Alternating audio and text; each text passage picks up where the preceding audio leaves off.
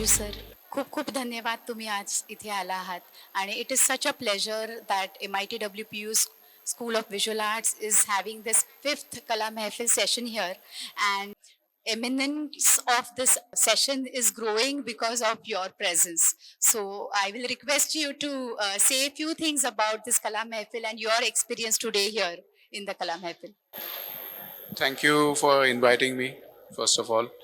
I think it's a extremely enjoyable process. And like I said before, you can only learn art by sharing.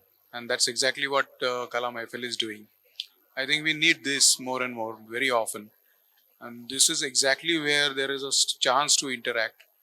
And those interactions are actually going to contribute to the art. So that's really important. And I should congratulate on having this fifth session, and I hope there are many coming soon. Yeah. Yes, definitely. I think that we are going to continue for this 1 year. Every month, one session we are doing. Today we had both of you, Ajay Deshpande sir, and you yourself. You are not only an artist, you are also a very successful curator. So can you tell the audiences that is here today little bit about what is curation and what does it involve and how to become a successful curator, because that's something that not many people know about. Ajay and me were from the same class, and I actually curated my first show in 1996. So the curation came to me because of a necessity, because we didn't have the environment of exhibitions in Pune. So I had to get into it, and I used to visit Bombay. I used to visit the galleries, and as to see how the exhibitions are displayed, how the story is told. So basically, curation is a storytelling. A curator's job is like you can say, a film director who has a story. He gets the artists, he gets the musicians, he gets everything, and then he tells a story. So curator is a storyteller. Today, the word curator is very loosely used. Even the manager calls himself a curator. Curator needs to tell a story in a different way, because there are different times where you are showing the different art.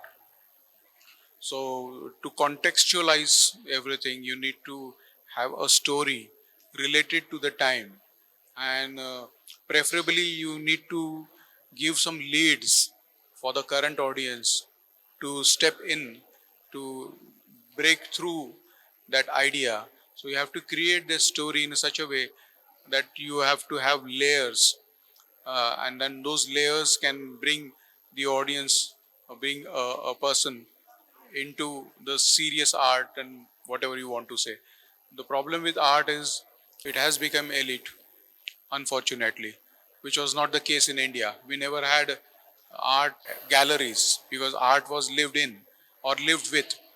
We never had a cut paste, like a painter is painting in a studio and it is displayed. The entire country was a museum. So from there, we need to come back to that story, the Indian story, and that is exactly what I'm trying to do. Yeah. So it's such an amazing thing that you said that India never had a detached art for the sake of art kind of a scenario. It's always been applied. And that is where I think that the School of Applied Arts is very happy to, run a course which is BFA Applied Art, but at the same time indulge in art activities to make it part of the entire environment and learning environment that we are creating, and also enrich the students as well as create a incubation kind of a space for art enthusiasts, art lovers, even the artists, mature ones. So again, thank you for coming, and today you have done a very special work for us. If you can say something about it. So when I reached this dome, I saw all these religions and philosophies, and I couldn't resist to remember Hussein, because he has made a series called Theorama, where he painted all religions, and every religion has an icon or an idol or a god. But Hussein also painted one painting which was abstract, and for that he has titled it as Faith. And I have painted a faith which I see today. Yeah, thank you.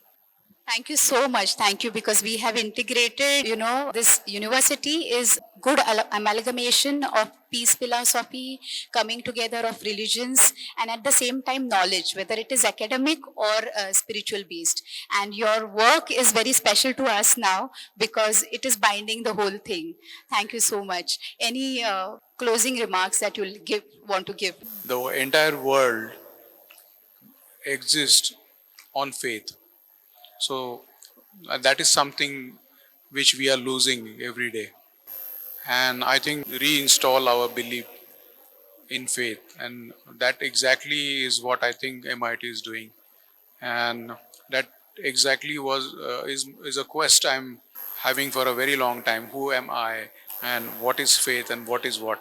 So answering those questions is giving me a different perspective about the world. And this is a small effort to get it into a painting. Yeah.